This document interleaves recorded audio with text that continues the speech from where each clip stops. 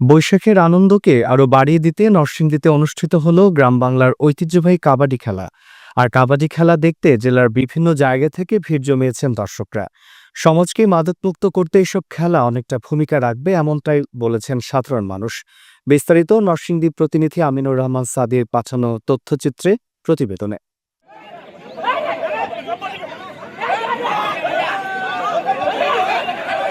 পহেলা বৈশাখ উপলক্ষে কাবাডি খেলার আয়োজন করেছে নরসিংদী জেলা প্রশাসন।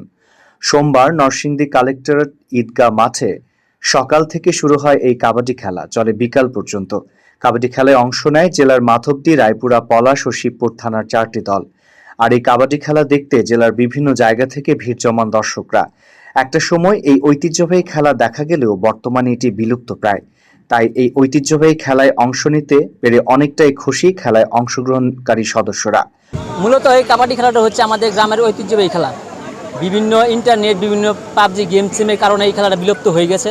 বর্তমান যখন আজকে ডিসি স্যার যখন এই খেলাটা আয়োজন করেছে, আমরা খুবই আনন্দিত, খুবই খুশি।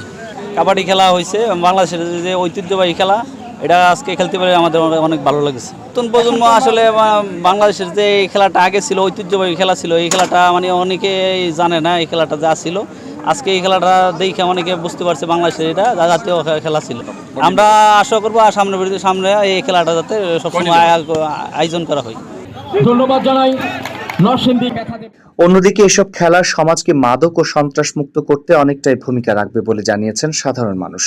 গ্রাম অঞ্চলের এবং আমাদের এই প্রজন্মের যারা ছোট ছোট ছেলে, যারা এই আমাদের এই জাতীয় খেলা সম্বন্ধে যাদের কোনো অভিজ্ঞতা নেই, তাদের কাছে পৌঁছে দেওয়ার জন্যই আমাদের এই খেলার আয়োজন। এখন যেসব বাচ্চারা আসছে, যাদের টিনেজ, তারা শুনতো বা পড়তো বই পুস্তকে যে হাডুডু একটা খেলা আছে, এই খেলাটা তারা দেখে গেছে।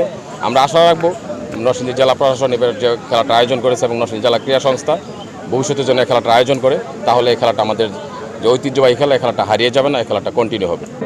মাদক এবং বিভিন্ন অপকর্ম থেকে যুব সমাজকে ধ্বংসের পথ থেকে ফিরিয়ে আনার জন্য খেলাধুলার কোনো বিকল্প নাই। বিশেষ করে এই সমস্ত কাবাডি খেলার মতো গ্রামীণ খেলাগুলো যদি আমাদের দেশে যদি পর্যাপ্ত পরিমাণের আয়োজন করা যায়, বিভিন্ন টুর্নামেন্টের আয়োজন করা যায়, তাহলে আমি বিশ্বাস করি যুব সমাজ অবশ্যই মাদক এবং অন্যান্য অপকর্ম থেকে ফিরে আসবে।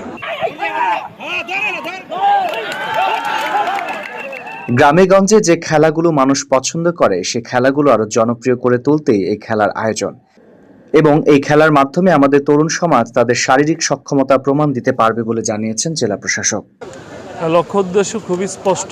আমাদের বাংলাদেশের যে ট্রেডিশনাল খেলাগুলো আছে, গ্রামেগঞ্জে যে খেলাগুলো সাধারণত মানুষ করতে পছন্দ করে, সেই খেলাগুলোকে আবার জনপ্রিয় করে তোলা।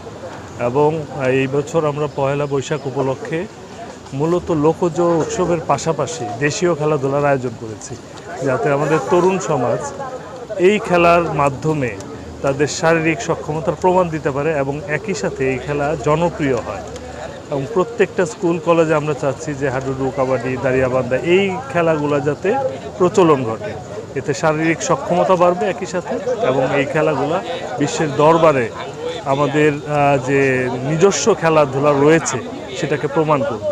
তারই অংশ হিসাবে আমরা এই বছর বর্ষবরণ উৎসবে এই খেলার আয়োজন করেছি। এবং আমরা আশা করি, আমরা পরিকল্পনা করেছি যে উপজেলা পর্যায়ে, উপজেলা ভিত্তিক আন্ত উপজেলা কাবাডি প্রতিযোগিতার আয়োজন করব অচিরেই। এবং সেখানে সবগুলা উপজেলা থেকে একটি করে টিম থাকবে, যে টিমগুলো মূলত রাউন্ড রবিন লিগ পর্যায়ে তারা খেলে একটা ফাইনাল টুর্নামেন্ট হবে। এবং এর মাধ্যমে আমরা আরও একটা মেসেজ স্কুলগুলোতেও দিতে চাই, স্কুল কলেজ তাদের মধ্যেও এই দেশীয় খেলার যাতে আয়োজন করা হয়, প্রতিযোগিতার আয়োজন করা হয়, সেই ব্যাপারে সবাই উদ্যোগী হবে। মাদক ও সন্ত্রাসমুক্ত একটি সমাজ গঠনে এসব ঐতিহ্যবাহী কাবাডি খেলা অনেকটাই ভূমিকা রাখবে, এমনটাই দাবি সংশ্লিষ্টদের। ফাইনালে পলাশকে 2-0 ব্যবধানে হারিয়ে চ্যাম্পিয়ন হয় শিবপুর থানা।